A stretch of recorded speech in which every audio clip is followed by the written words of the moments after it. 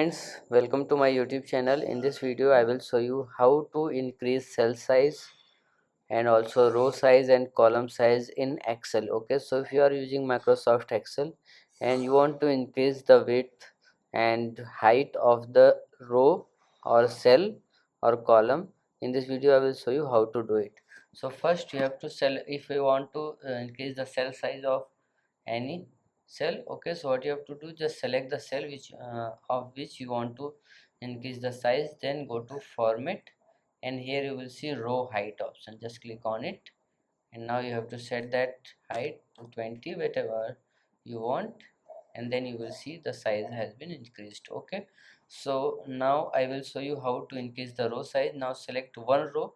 Okay, then again go to the this format option and click on this, and now choose like this.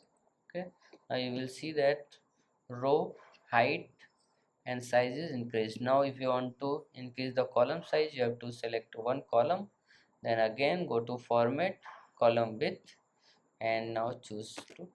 Okay, like this. So you will see that like this you can increase row size, cell size and column size in Excel. So if you like this video, please like my video and also subscribe my channel for more videos like this. Thanks for watching.